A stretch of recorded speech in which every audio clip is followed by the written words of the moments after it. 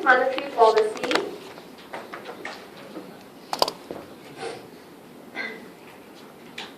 okay, I'm going to give you a couple of minutes.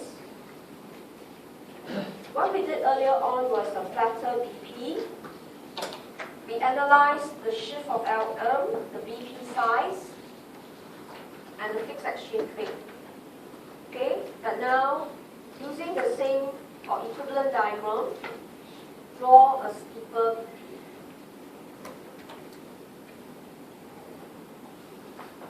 So analyze the same policy for me. Expansionary monetary policy.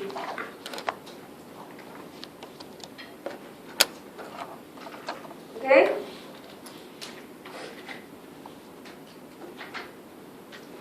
To do your monetary expansion and then discuss under fixed exchange rate, will you yield the same effectiveness? Just now we saw LM will go back exactly to E1.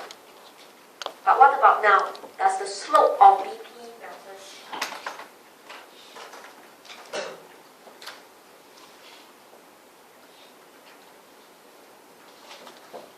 Okay? Once you finish, we'll do a summary.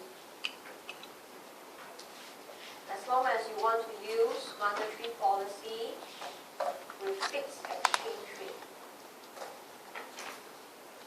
the BP can be horizontal,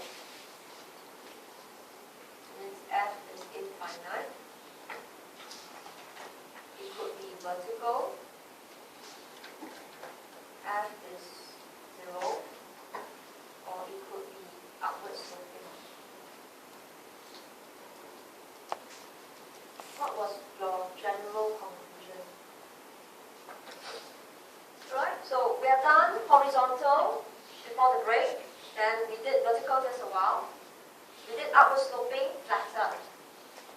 Alright, now we do steeper. Okay, so the answer was exactly the same. Right, fiscal effect. This is monetary expansion. BP2. So the slope of BP doesn't shape anything because no matter which account dominates, the BP here is still deficit.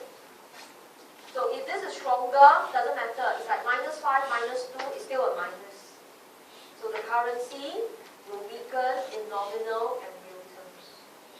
Then fixed exchange rate got to shift back. Okay, under fixed exchange rate, the LM must shift up back to E1. So you can put an arrow here or put an arrow here. So does the slope of BP matters?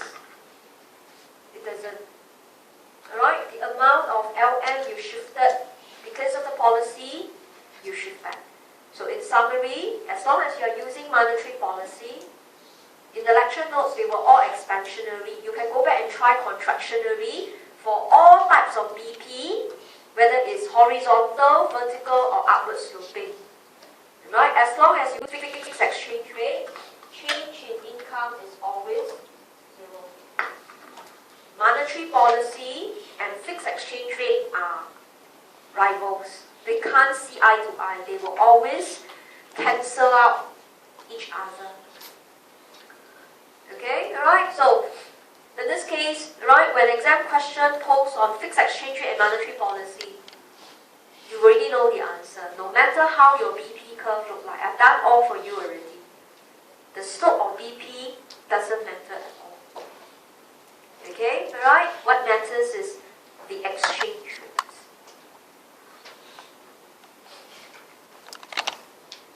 Okay? One of the past year exam question is, okay, monetary policy is always ineffective. Right? And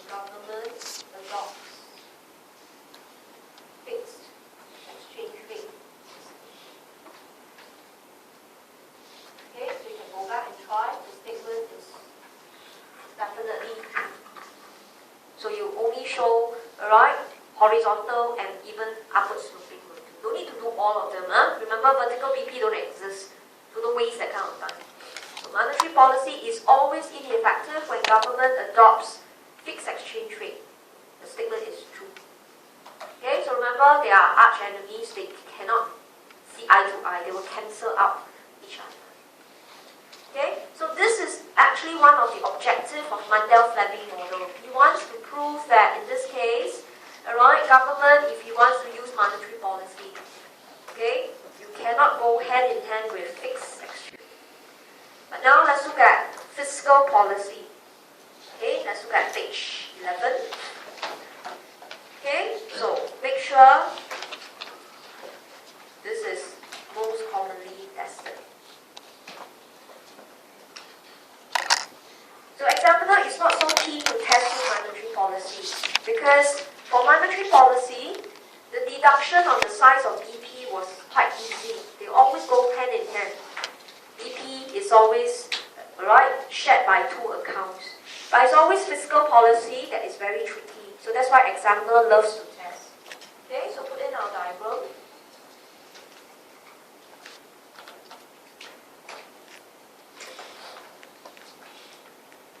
Okay, so like I mentioned, draw in the flatter BP with a different color and hopefully fold it so that you keep your eyes on it. Okay, fiscal expansion.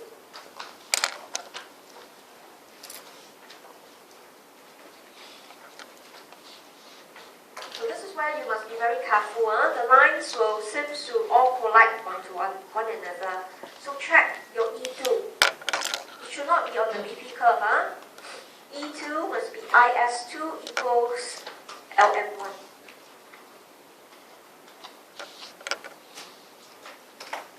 Over to you, analyze for me the BP.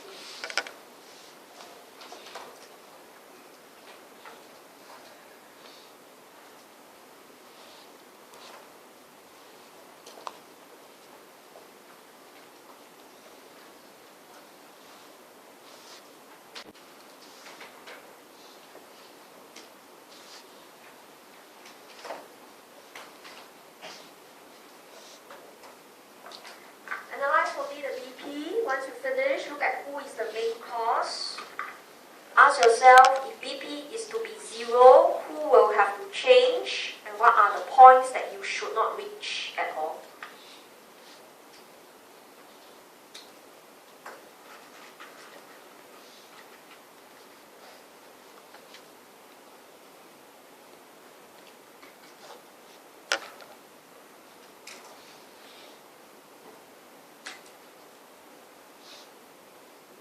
You can see analysis is getting more and more complex, but if you do it systematically, especially when you do upward sloping BP, fiscal policy, you must be very careful. Okay, so we know NX here, negative. Capital account here, positive. But they are opposite directions. Increase in income, import goes up, NX negative. Increase in interest rate, net capital inflow. Funds flow in to buy our bonds, which are more attractive. So two accounts goes opposite direction, then you need to know the characteristics. So flatter BP means F is more than M1. So you assign values to them. The one that is bigger, assign the 5 million. And it's positive, so you leave it as a plus 5. M1 is smaller, so assign it the smaller value, 1 million. But look at NX negative, better assign the minus sign. Right, so 5 minus 1, the BP in this case is a plus. So the main cause is capital inflow. But check carefully. The surplus, okay, you can put in the number. The surplus was 5 million. The surplus is 4 million. Right? 5 minus 1, you will get 4. But the main cost is 5 million. So for BP to be 0, interest rate must drop, but need not drop to I1. Okay? So in other words, extend the interest rate across. Tell yourself you don't need to go to E1 because you are at E2. So two ways interest rate can drop. Either you shift IS left or you shift LM down. But if you were to shift IS, you don't need to go to E1. Okay? Or point X.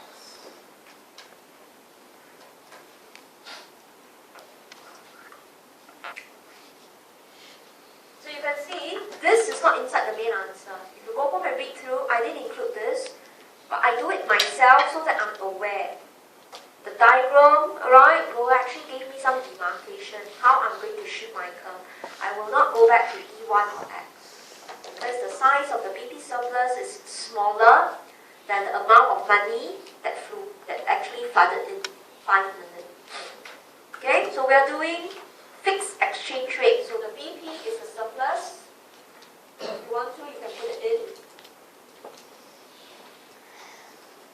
Okay, so I'm going to go all the way down already.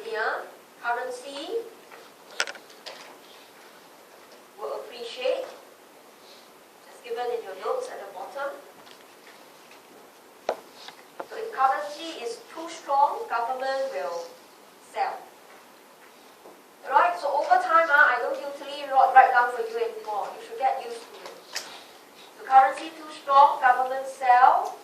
Okay, the LM will shift down. Right, so look at your diagram. Don't draw yet. Remember, if you can't draw, you won't die. But if you can't analyze, you will die with a miserable death. Alright, and naturally you will fail the subject. Don't be obsessed with the diagram. If you leave your answer like that, he will just think that, oh, you have a good analysis, but you couldn't finish drawing. 7 marks. He may give you a 6, but after some time, he thinks you're good enough, he'll give you a 7. So why draw a perfect diagram when you can't analyze them? So look at point E2. Your LM is going to shift down. Right? Okay? And what do you see? As your LM shift down, interest rates starts to drop. So you have a BP surplus 4 million. The moment LM starts to trickle down, part of the surplus is corrected by capital account. But not only that, look at your diagram. Income also starts to increase. You already know you don't need to go to X. But not only that, you also know that you don't need a big interest rate decrease. You don't need to go anywhere here at all. Just a sufficient drop in interest rate with income. Right, so we'll pen it here. It's given in your notes on the opposite page, but I'll write it here. Interest rates drop, funds start to flow in, income increase, sorry, on my right, flow out, not increase, and X starts to be negative. So we say, alright, it will be sufficient to correct BP equals to 0 at point F. Alright, so NX is already negative, but it continues to add on to another negative. Your BP is a surplus, 4 million. You don't need the capital account to be the only account to correct it. Your NX helps to correct the 4 million. Alright, so in this case it tells you interest rate will drop. Do you need to drop all the way near X? No need. Just drop all the way to point F. Alright, and you say because at point F you're on the BP is 0. And hear me clearly, if you didn't draw the LM, it's fine. You merely say shift down to point F. Okay, but if you want to draw, it looks a little bit messy now. Okay, shift your ruler all the way LM2. And that is why I ask you to put in bold the BP curve. Right? And I ask you to mark out point X. First, you know you definitely will go to X. But you know you have to go rightwards. But up to where? The focus is BP is 0. Where is BP 0? On the BP curve. But are you sure it's being corrected? You check. Right? E2 goes to the right. Interest rate drop, capital outflow, together with NX negative.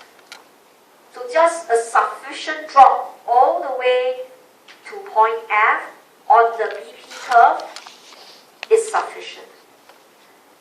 Right? So I don't let the BP line dictate me. I know I might go there, but I write out my analysis to check. A sufficient drop in interest rate and rise in income can correct my BP. Now, the lacking of this analysis is because we don't have numbers, we don't have equations, so we can't solve. That's why we are not sure exactly I3, is it nearer to I2 or I1? We can't tell. All examiner wants from us is to analyze the outcome. Right? So in this case, what is the outcome? Pen down Y3. Okay, and I3. In fact, I3 is not critical. Now, see carefully. You were at E2. This close economy. You reach point F. If BP was horizontal, you should reach point X. Right? So this is how you make a comparison.